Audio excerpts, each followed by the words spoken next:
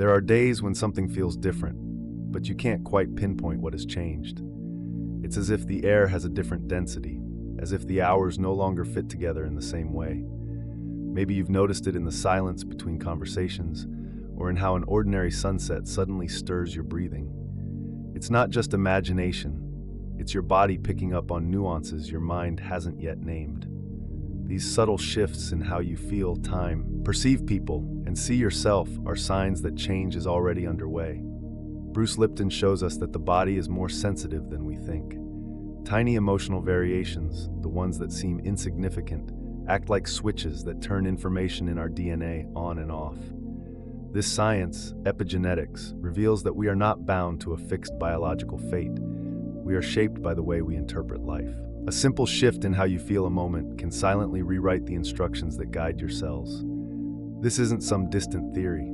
It's happening right now, in this very moment, inside you. Gregg Braden reminds us that we don't live in isolation.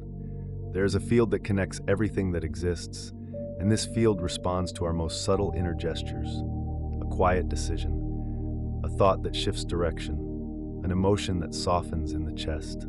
It's as if an invisible thread connecting us to the whole is being gently adjusted, little by little. It's not something grand or cinematic, it's life tuning itself from the inside, adjusting the tone of its own music so you can finally hear what once went unnoticed. This change is not waiting for a marked date to begin. It's already here, shaping relationships, influencing choices, and even creating physical symptoms you might attribute to chance or fatigue.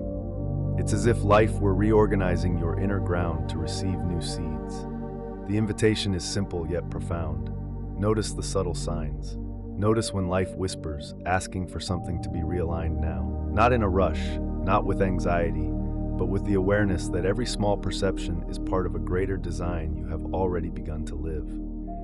There are silences that are not just the absence of sound. They have weight, texture, a presence that asserts itself even in the middle of routine. Perhaps you've felt it, a moment when everything around you seems to slow down, as if the world were breathing with you. These moments can appear during a walk, while looking out the window, or even in traffic. It's as if life were pausing so something new could take shape inside you. It's not just any emptiness, it's a pause filled with meaning, a subtle space where the invisible begins to work. The nervous system responds in a special way to these moments. When we enter states of stillness, even for a few seconds, we activate mechanisms of repair and integration. It's as if internal doors open to information that doesn't arrive through words, but through sensations. In that silent space, memories are reorganized, tensions dissolve, and new connections begin to form in the brain. What seems like just a pause is in truth fertile ground where change takes root. Often, we try to fill the silence with distractions, as if it were too uncomfortable to feel. But it's in that very silence that life finds openings to show us what needs to be realigned. That's where we notice what has fallen out of rhythm, what no longer serves us. It's not about stopping to do nothing. It's about allowing the body and mind to converse without the constant interference of the external world. When you start noticing the quality of these silences, you realize they are like delicate portals that don't announce their arrival with noise, but with a calm that reaches deep. Recognizing this state is like holding a map that points toward what is being born. And the more you learn to remain in that space, the more you see that change is no longer something distant. It becomes a constant presence, growing without haste, but with precision. There is an almost instinctive urge to return to what we already know. When life begins to change, even for the better, there is a part of us that seeks to recover the comfort of the familiar. It's as if the mind says, "Go back, it was safe there." But this return is often an illusion. What once felt stable may no longer serve us, and trying to go back is like wearing clothes that no longer fit.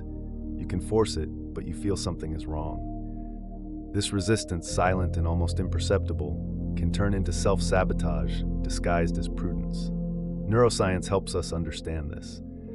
The brain was shaped to conserve energy, favoring well-worn pathways. These mental shortcuts, what we call patterns, give the sensation of control, even if they keep us in situations that have become tight and limiting. Bruce Lipton explains that just as epigenetics responds to the environment, the brain also shapes itself according to repeated stimuli. So when we try to force a return, we are actually trying to fit the present into old molds without realizing that life no longer belongs there. There is danger in romanticizing the past, not because it didn't hold beauty or value, but because nostalgia can blind us to what is being born now. It's like holding an old photograph and forgetting that, meanwhile, the garden outside is blooming in a new way. When we insist on reliving yesterday's landscape, we ignore that the new season brings colors and shapes that can only be seen if we let go of what was. Accepting that there is no going back is liberating, even if it's painful. It's admitting that, no matter how frightening the unknown may be, it also holds what we need for the next chapter. The mistake is not missing what has passed. The mistake is believing that life still lives there. Because life, the one pulsing right now, has already moved to another address, and it's waiting for you to have the courage to go there. The body has a silent intelligence. Many times it senses change before the mind can form any explanation. It's in the heaviness of sleep that comes earlier, in the appetite that shifts for no apparent reason, in the energy that ebbs and flows like the tides. These signals, so subtle they can be mistaken for the distractions of daily life, are encrypted messages from the body. It's as if the body were an internal seismograph, detecting the first tremors before the earthquake of transformation becomes visible. These shifts don't happen by chance. Gregg Braden and Bruce Lipton show that the body is in constant dialogue with its surroundings, not just physical, but also emotional and energetic. Every thought, every emotion, generates biochemical responses that prepare the organism for the new frequency that is arriving. When you feel that strange mix of tiredness and slight restlessness, it doesn't necessarily mean something is wrong. It may simply be the body adjusting its inner rhythm to what's coming next. The challenge is not to interpret these signals solely as discomforts to be eliminated. Our instinct is to seek immediate relief. Sleep more, eat differently, keep busy to forget. But often, the invitation is to do the opposite, to pause and listen, to ask the body what it's trying to show. This act of listening, though simple, is deeply transformative because it places us at the center of the change process rather than merely reacting to it. When we learn to respect this physical anticipation, something curious happens. Anxiety decreases because we understand that we are not being caught off guard by life. On the contrary, we realize that the body is our first ally on the journey, signaling that the landscape is about to change. And in that recognition, a new trust is born. The trust that, even without knowing all the details, we are already preparing to cross the next portal. There are moments when memories that seem to be asleep resurface uninvited. A conversation from years ago, a forgotten image, even a scent that brings back an old feeling. These memories arrive like unexpected visitors, and they don't always come with a clear purpose. But in truth, they are part of a deeper process, reorganizing the internal archive before the next chapter of life begins. It's as if the subconscious were cleaning out drawers, deciding what needs to be kept and what needs to be released. This return of the past can feel strange, especially when the memories seem unrelated to the present moment. Bruce Lipton explains that before a significant change, our cells and nervous system go through subtle adjustments. This involves not only the body, but also the mind, which seeks to resolve emotional loose ends to make space for new experiences. In this context, memories are not whims of the mind, but bridges to healing wounds that may still influence your choices.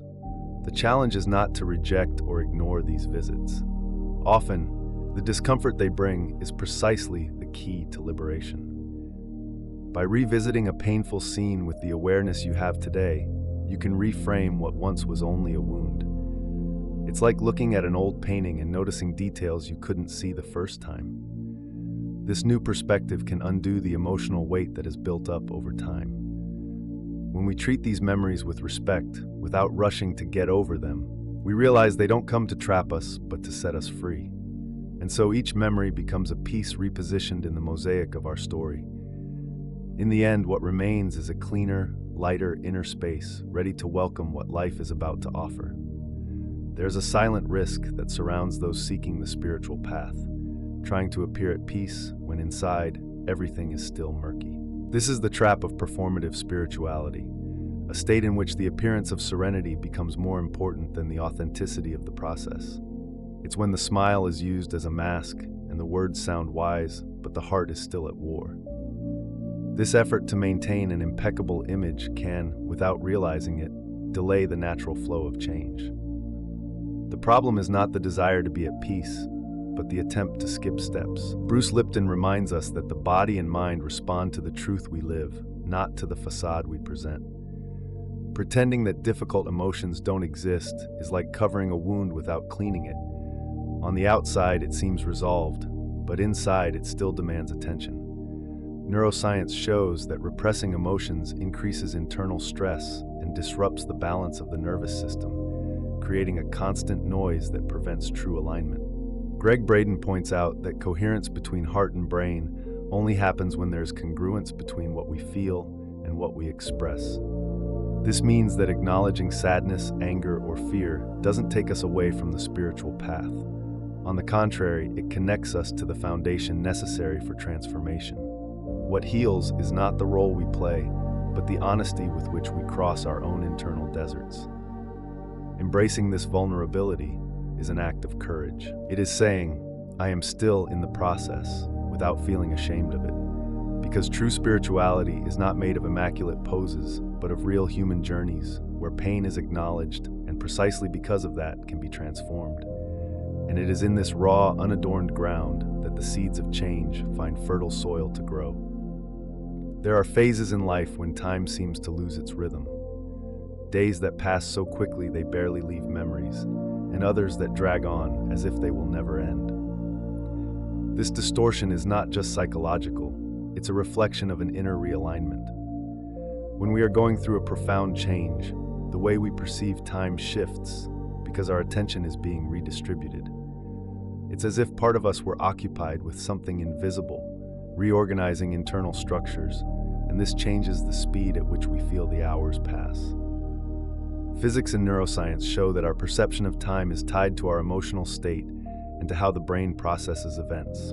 Moments of anxiety or great anticipation tend to stretch the sensation of duration, while periods of full presence can make time seem to fly. Gregg Braden explains that, in transitional states, our consciousness can expand or contract, and this directly affects the subjective way we measure the passing of days. This phenomenon also influences the field of possibilities we perceive.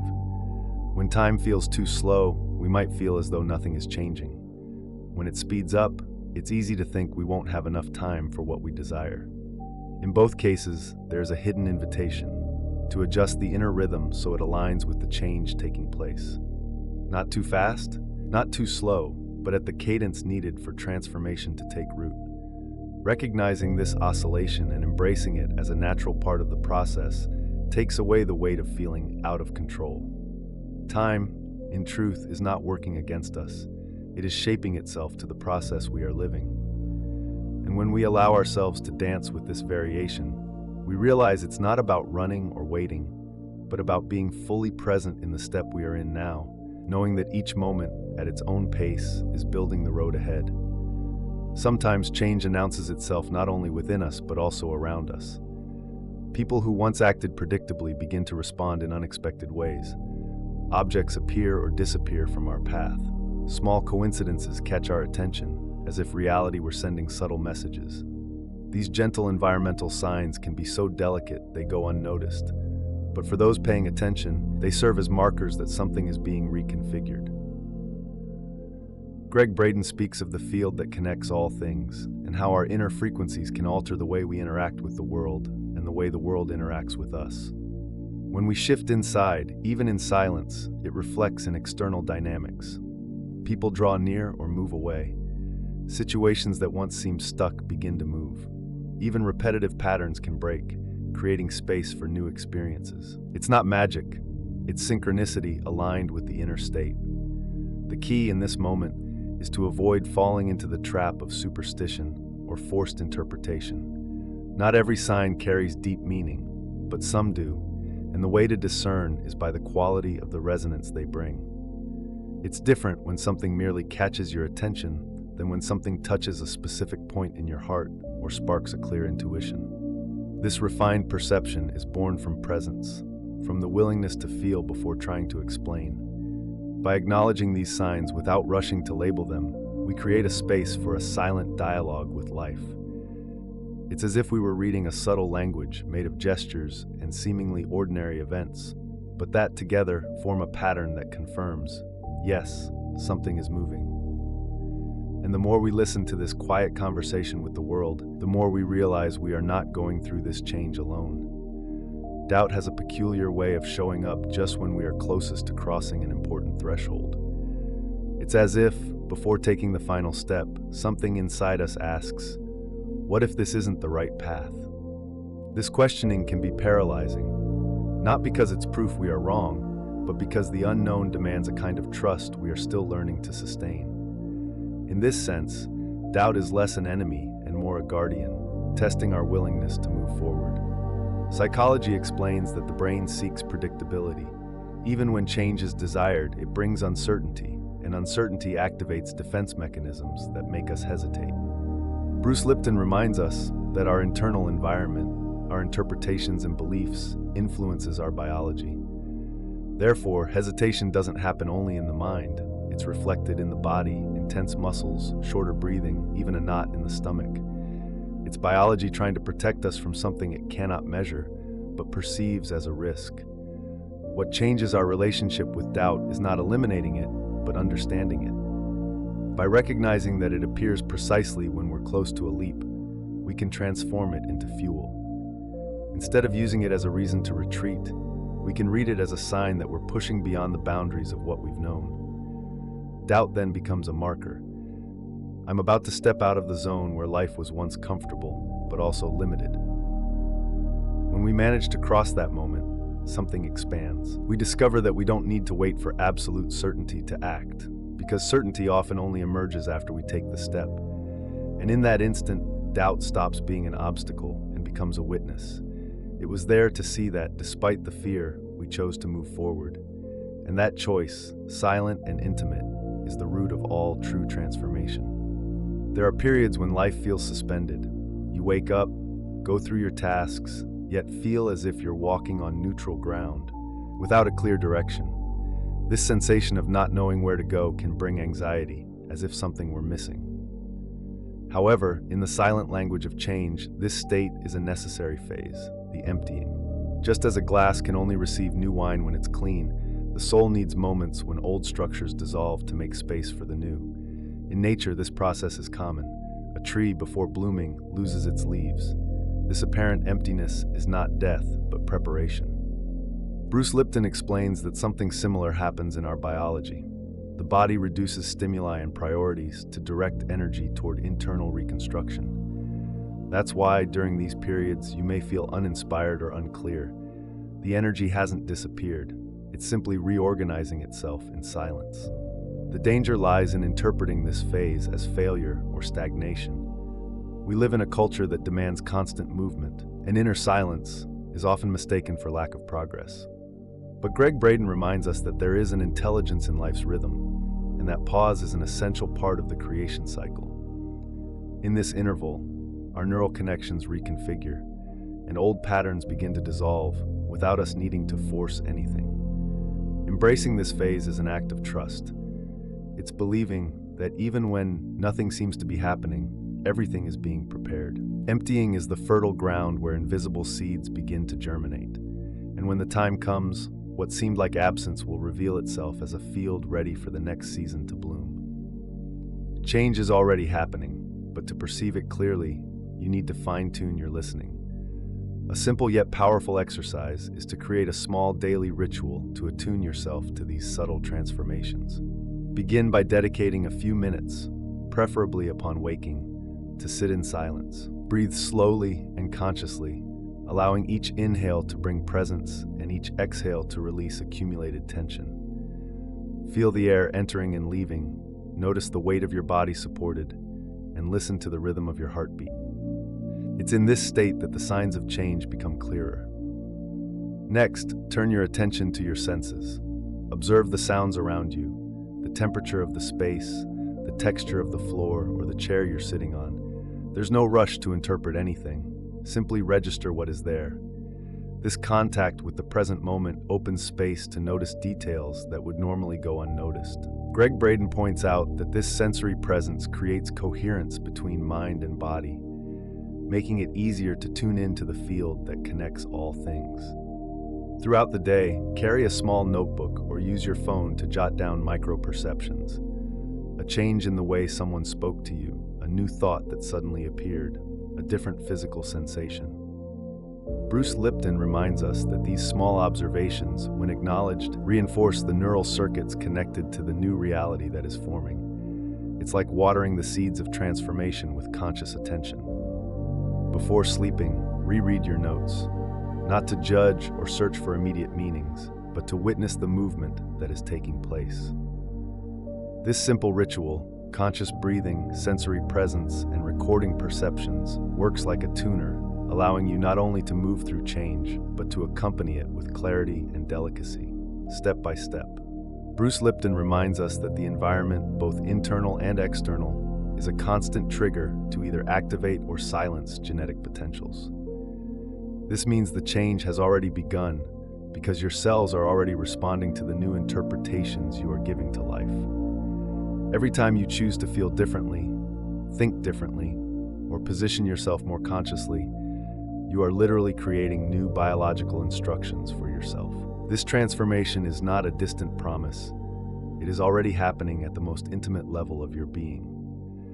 Neville Goddard adds that every lasting transformation begins as an assumed internal state. Before it manifests in the physical world, change lives as a silent mold in the mind and emotions. When you sustain that state, even without concrete proof, you are feeding the matrix that your body and life will fill with reality. It's at this point that science and spirituality meet, in the certainty that creation begins within. Resisting what is already in motion doesn't stop the process, but it can make it slower and more draining. When you become aware of the change, when you begin to recognize it and collaborate with it, the flow naturally accelerates. It's not about controlling every detail, but about cultivating an inner space where the new can take root with strength and clarity. And so, here is an image to keep. You are at the threshold of a new inner season. Something that is not forced, but cared for. Like a sprout that has not yet broken through the soil, the change already lives within you, silent, yet inevitable. And by keeping your attention and presence, you will be ready to see it bloom at the exact moment it chooses to reveal itself.